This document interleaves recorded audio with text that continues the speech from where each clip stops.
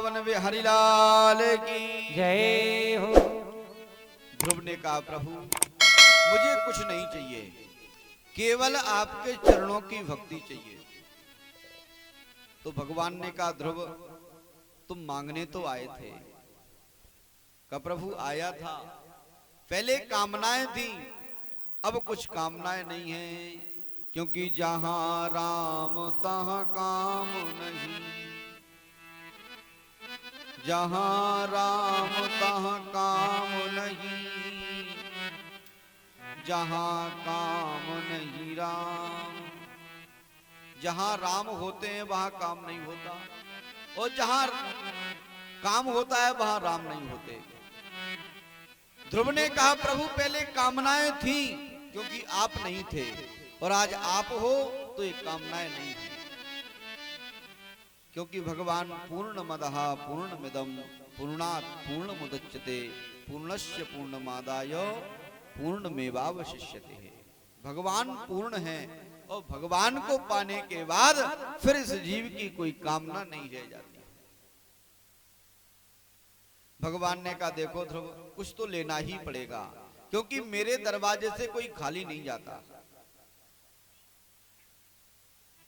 बहुत कोशिश की लेकिन ध्रुव बोले प्रभु नहीं चाहिए। तब ध्रुव के मन में विचार आया कि मैं कुछ स्तुति करूं। अब 5 वर्ष के बालक कभी स्कूल तो गए नहीं, एक अक्षर लिखना भी नहीं आता।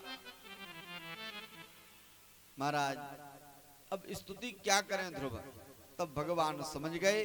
भगवान ने अपना पांचजन्य नाम का शंख लिया और ध्रुव के कपोलों से स्पर्श कराया।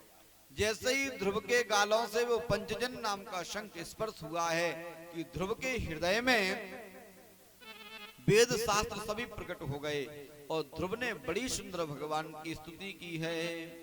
ध्रुव जी कहते हैं योन्ता प्रवेश मम वाचमिमां प्रसुप्तां संजीवयत् किल दक्तिधरश्वधाम्नः अन्याश्च हस्तचरण श्रवणत्वगादि प्राणान् नमो भगवते पुरुषाय तुभ्यम्। हे प्रभु आपने बड़ी कृपा की, जो मेरी सोई हुई बुद्धि को जगा दिया। मैं तो कहीं पढ़ने भी नहीं गया, फिर भी आपने जो मेरी बुद्धि सोई हुई थी उसे जागृत कर दिया। बड़ी कृपा की आपने। और ऐसे करके अनेक श्लोकों में ध्रुव जी ने भगवान की स्तुति की है। भगवान ने कहा देखो ध्रुव कुछ तो मांग लो। तब भगवान ने बार बार प्रार्थना की तो ध्रुव जी ने कहा जन्म जन्म रति राम पद यही वरदान नान। हे प्रभु बस यही वरदान दीजिए कि जितने भी मेरे जन्म हो सभी जन्मों में आपके ही चरणों में मेरी भक्ति बनी रहे, ऐसी कृपा करो। तो भगवान ने कहा तुम नहीं ले रहे हो फिर भी मैं तुमको देता हूं। देखो जो जिसके भाग्य में है उसे मिलता है, और जो जिसके भाग्य में नहीं है उसे कभी नहीं मिलता। भगवान ने 6 चीजें अपने हाथ में रखी हैं। कौन कौन 6 चीजें कौन कौन सी भगवान ने अपने हाथ में रखी हैं? जन्म लेना मरना, हानि लाभ जीवन मरण जस अपजस विधि हाथ। ये 6 चीजें भगवान ने अपने हाथ में रखी हैं। कब किसे क्या मिलना है और किसे नहीं मिलना है ये भगवान तय करते हैं। हम मानवों का कर्म है कि केवल कर्म करो, फल भगवान देते हैं। हमारा काम है वृक्ष लगाना, उसमें फल तो हम नहीं लगा सकते। हम केवल वृक्ष लगा सकते हैं, फल भगवान लगा सकते हैं। किसी वृक्ष में फल नहीं लगता तो क्या हम में इतनी क्षमता है कि हम उसमें फल लगा दें? फल लगाना ये ठाकुर जी का काम है। हमारा काम कर्म करना है और कर्म प्रधान है। इस भारत भूमि में कर्म प्रधान है। कर्म प्रधान विश्व रचि राखा, जो जस करही तस फल चाखा। ध्रुव कुछ नहीं चाहते थे, फिर भी बहुत कुछ मिला।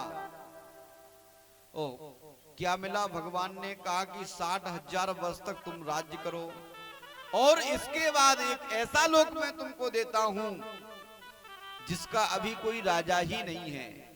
एक ध्रुव नाम का लोक दिया, जिसका नाम कुछ नहीं था। ध्रुव जी के नाम से ही उस लोक का नाम ध्रुव लोक हुआ, जो आज तारे के रूप में दिखाई देता है, जिसे हम ध्रुव तारा कहते हैं। वो तारा कोई छोटा मोटा तारा नहीं है, बहुत विशाल है, पृथ्वी से भी बड़ा है। ये तारे इतने दूर पर हैं, कोई विज्ञान में आप लोग पढ़ना, ज्योतिष शास्त्र में पढ़ना, ये तारे कई तो सूर्य से भी बड़े हैं और सूर्य भी पृथ्वी से बड़ा है। सूर्य नारायण भी पृथ्वी से बड़े हैं, क्योंकि दूरी बहुत दूर पर है, इसलिए छोटे दिखाई देते हैं। उस लोक का राजा बना दिया भगवान ने ध्रुव को, और उस लोक का नाम ही ध्रुवलोक हुआ। कहते जो भाग्य में है वो सुता ही मिल जाता है, पर कर्म करना होगा। एक ब्राह्मण थे, बहुत गरीब बेचारे, प्रतिदिन भिक्षा करते। एक दिन भगवान नारायण, कृष्ण और अर्जुन निकल रहे थे, तो अर्जुन ने देखा कि ये ब्राह्मण देवता बहुत दुखी हैं, बहुत सीधे सच्चे हैं, तो कहा प्रभु इनकी कुछ मदद कर दूं। तो भगवान ने कहा अर्जुन, इनके कर्म में अभी यही लिखा है, इनको भोगने दो। अर्जुन से नहीं रहा गया, अर्जुन ने कुछ मणियां उन ब्राह्मणों को, उस ब्राह्मण को दी। ब्राह्मण देवता उन मणियों को लेकर के आ रहे थे कि रास्ते में चोर मिल गए। उन चोरों ने सब कुछ छुड़ा लिया, फिर जैसे के तैसे हो गए। फिर भगवान कृष्ण अर्जुन लौटते समय देखा कि वो ब्राह्मण तो फिर भिक्षा मांग रहे हैं। फिर अर्जुन ने कहा, तो भगवान ने समझाया, अर्जुन ये कर्म भूमि यही इनके भाग्य में लिखा हुआ है। लेकिन अर्जुन से फिर नहीं रहा गया। अर्जुन ने फिर एक मणि उनको प्रदान की। उन ब्राह्मण देवता ने उस मणि को ले जा करके अपने घर में एक घड़े में रख दिया, एक घड़े में रख दिया, और फिर अपने भिक्षाटन के लिए चले गए। इधर उनकी पत्नी जल भरने के लिए सरोवर में गई। जैसे ही जल भर के आ रही थी कि रास्ते में घड़ा गिरा और फूट गया। अब उन्होंने विचार किया, घड़ा एक रखा है नया घर पर, उसी को लेके चलते हैं। उन ब्राह्मण ने बताया नहीं था कि इसमें वो मणि पड़ी हुई है।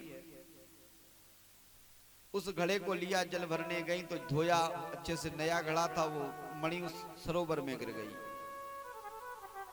ब्राह्मण देवता आए, कहा वो नया जो घड़ा रखा था वो कहाँ है? कहा उसमें तो जल आ गया। तब उन्होंने फिर सर को पकड़ा कि बताओ, एक मणि मिली, वो भी हाथ से चली गई। अब ब्राह्मण देवता बहुत गए, खोजे, उसमें बालू निकालते देखते, लेकिन नहीं मिली। लेकिन जब भाग्य में था तो देखो क्या हुआ।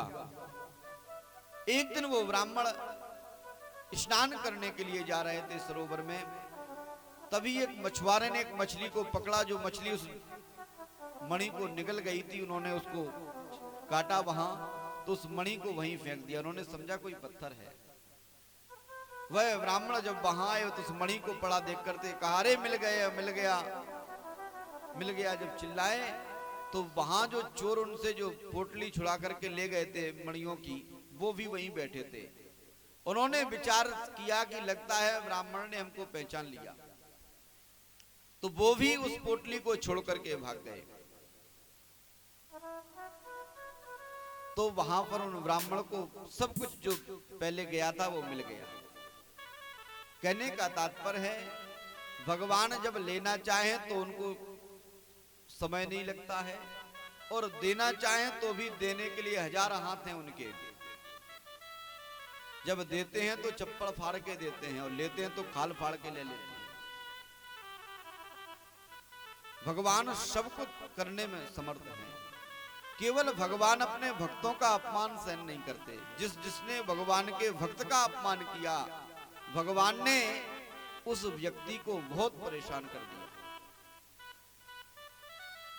इसलिए कभी भी किसी भगवान के भक्त का अपमान नहीं करो। आज ध्रुव नहीं चाहते, फिर भी भगवान ने बहुत कुछ दिया। इधर नारद जी ने उत्तानपाद से कहा, उत्तानपाद तुम्हारे पुत्र ने भगवान को प्राप्त कर लिया। अब तो उत्तानपाद को बड़ी ग्लानि हुई कि मेरी इतनी उम्र हो गई, मैंने भगवान को कभी देखा भी नहीं, और मेरे 5 वर्ष के छोटे से बालक ने भगवान के दर्शन कर लिए। तुरंत उत्तानपाद ने राज्याभिषेक की सारी सामग्री सजाई और सभी प्रजा को लेकर के नगर के बाहर पहुंचे। वहीं पर एक हाथी पर बैठा करके ध्रुव का राज्याभिषेक कर दिया, और वहीं से दोनों उत्तानपाद और सुरुचि जंगल में तपस्या करने के लिए चले गए। घोर तपस्या की भगवान की इन्होंने, और भगवत धाम को प्राप्त हुए। इधर एक दिन की बात है, ध्रुव जी महाराज के जो भाई थे छोटे उत्तम, वो शिकार खेलने के लिए जंगल में गए। उन्होंने एक मृग पर बाण चलाया, उधर से कुछ यक्षों ने भी उस मृग पर बाण चलाया। दोनों का बाण आकर के एक मृग में लगा। इधर उत्तम कहने लगे ये मृग मेरा है, मेरा शिकार है। यक्षों ने कहा नहीं नहीं, मेरा बाण पहले लगा है, मेरा शिकार है। दोनों में झगड़ा हुआ। यक्षों की संख्या अधिक थी, उत्तम अकेले थे। यक्षों ने मिलकर के उत्तम का वध कर दिया।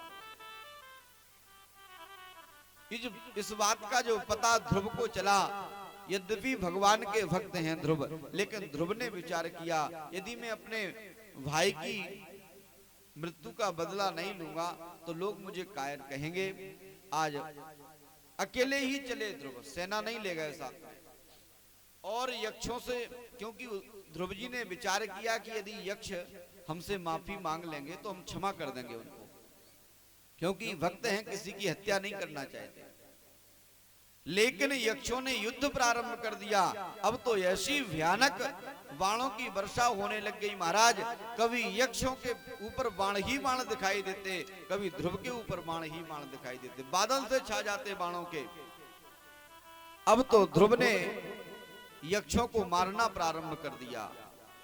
कुबेर घबराया, जाके मनु जी के पास पहुंचा, महाराज जल्दी से चलिए, अपने पौत्र को रोकिए, अपने नाती को रोकिए, वो सारे यक्षों को मार देगा। मनु जी आए हैं और मनु जी ने कहा कि अलम बस्साति रोषेना, अरे ध्रुव अपने क्रोध को शांत करो, तुम भगवान के भक्त हो, तुमको क्रोध नहीं करना चाहिए। तमुद्वारेण पापमना, क्रोध पाप का द्वार है, इसलिए भगवान के भक्त को कभी क्रोध नहीं करना चाहिए, क्योंकि क्रोध करने से बुद्धि का नाश होता है। जब बुद्धि का नाश होगा तो आपकी सोचने विचारने की शक्ति समाप्त हो जाएगी और आप कुछ गलत कर दोगे। एनः पुण्यम, क्रोध करने से पुण्य भी क्षीण होते हैं। येन पुण्य जना तेना नवदी तत्त्वमनागसः, अरे ध्रुव क्रोध कर रहे हो तो तुम्हारे पुण्य भी नष्ट हो रहे हैं। ध्रुव ने कहा कि महाराज मैं इन पर क्रोध नहीं करना चाहता था, लेकिन इन्होंने पहले मुझ पर वार किया, तो कहा अब तो बंद कर दो। तब ध्रुव ने युद्ध बंद किया और आशीर्वाद दिया है श्री मनु जी ने, और कुबेर ने भी बड़ा सुंदर आशीर्वाद दिया है।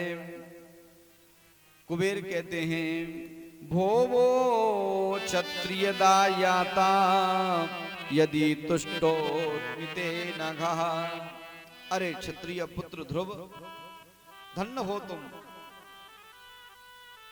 और आशीर्वाद दिया है कुबेर ने कि हे ध्रुव जी महाराज आपके राज्य में कभी भी धन की कमी नहीं होगी, ऐसा आशीर्वाद देकर के ध्रुव जी महाराज गए हैं।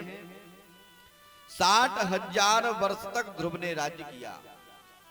आज ध्रुव ने विचार किया कि अब भगवत धाम को चलना चाहिए, भगवान का संदेशा आ गया। जब ध्रुव जी सशरीर अपने धाम को जाने लग गए, जब वो विमान पर बैठ रहे थे तो एक काला काला पुरुष आया, बोला महाराज प्रणाम। कहा कौन हो तुम? कहा महाराज आप इस विमान पर बैठे तो मेरे सर पर पैर रख के बैठे। कहा क्यों, कौन हो तुम, परिचय क्या है तुम्हारा? कहा मैं मृत्यु देवता हूं, मृत्यु हूं मैं। कहा प्रभु मैं सबके पास जाता हूं, लेकिन आपके पास आने की मेरी क्षमता नहीं है, आपको ले जाने की मेरी क्षमता नहीं है, इसलिए लोग ये ना कहें कि मृत्यु ध्रुव के पास नहीं गई, ध्रुव को स्पर्श नहीं किया। इसलिए प्रभु आप अपना पैर मेरे सर पर रख दीजिए और इस विमान पर बैठ जाइए, ताकि लोग कहेंगे कि मृत्यु ध्रुव के पास भी गई। और ध्रुव जी ने ऐसा ही किया, मृत्यु के सर पर पैर रख करके सशरीर ध्रुव लोक को गए। बोलिए ध्रुव जी महाराज की। इसी ध्रुव के वंश में महाराज अंग हुए हैं। अंग भी बड़े प्रतापी राजा हुए, अंग बड़े प्रतापी राजा महाराज, लेकिन अंग का पुत्र हुआ वैन, ये बड़ा दुष्ट था महाराज। इसके अत्याचारों से दुखी होकर के महाराज अंग ने अपने राज्य को छोड़कर के रात्रि में ही निकल गए। जब बिना राजा का राज्य हुआ, अत्याचार बढ़ने लग गया, तब संतों ने वैन को राजा बना दिया। और जैसे ही वैन राजा बना, वैन ने घोषणा कर दी, भेरी बजवा दी सारे नगर में और कहा न होतव्यम न दातव्यम न कर्तव्यम दुजा कुचित। न कोई यज्ञ कर सकता है, ना कोई पूजा पाठ कर सकता है, ना कोई हवन कर सकता है, और ना कोई मंत्र जप सकता है। हाँ, और यदि किसी को मंत्र जपना है तो बैनाय नमा कहेगा, किसी को यज्ञ करना है तो बैनाय स्वाहा करेगा, और किसी को पूजा करनी है तो मेरी ही मूर्ति बना के पूजा करे। क्योंकि प्रजा का राजा भगवान होता है, जो राजा होता है वो प्रजा का भगवान होता है, इसलिए राजा की ही पूजा करो। ऐसी घोषणा करवा दी और कहा कि यदि मैंने किसी को मंदिर जाते हुए या विष्णु की पूजा करते हुए पाया तो उसे मृत्युदंड दिया जाएगा। ऐसी घोषणा करवा दी सारे नगर में। अब तो नगरवासी घबराए कि ये कैसा राजा है। संत आए हैं, संतों ने समझाया कि देखो राजन, हम मानते हैं कि राजा भगवान होता है, लेकिन भगवान नहीं होता, भगवान जैसा होता है। प्रजा के लिए राजा भगवान जैसा होता है, भगवान नहीं। आप प्रजा के भगवान जैसे हो, भरण पोषण करते हो, रक्षा करते हो, इसलिए आप भगवान हो, लेकिन भगवान की पदवी आपको प्राप्त नहीं होगी, आप भगवान जैसे हो। बहुत समझाया, लेकिन वैन नहीं माना। तब संतों को क्रोध आया, एक हुंकार भरी है, वह अपने सिंहासन पर बैठा था। जैसे ही संतों ने हुंकार भरी, वह गिर गया अपने सिंहासन से। उसी समय मृत्यु हो गई वैन की। इसकी माता ने वैन के शरीर को एक तेल के नाव में रख दिया, और तेल की नाव में रखने के बाद कई वर्ष निकल गए, फिर से अत्याचार बढ़ गया राज्य में। फिर संतों के पास खबर पहुंची, फिर संत आए हैं, और अब संतों ने वैन के शरीर का मंथन किया। जैसे ही वैन के शरीर का मंथन किया तो उससे एक छोटा सा काला काला बौना पुरुष हुआ। उससे संतों ने कहा निशीत बैठ जाओ। वहीं से निषाद जाति प्रारंभ हुई। दोबारा से मंथन किया तो एक से पृथु और एक से अर्ची महारानी उत्पन्न हुई हैं। बोलिए पृथु जी महाराज की जय। ये पृथु भगवान का ही स्वरूप है। सभी ऋषियों ने पृथु जी महाराज की बड़ी सुंदर स्तुति की है। तो आइए एक भजन के माध्यम से हम भी पृथु जी महाराज का ध्यान करते हैं।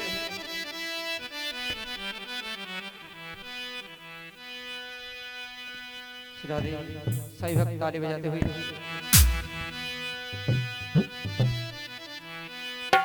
और तेरा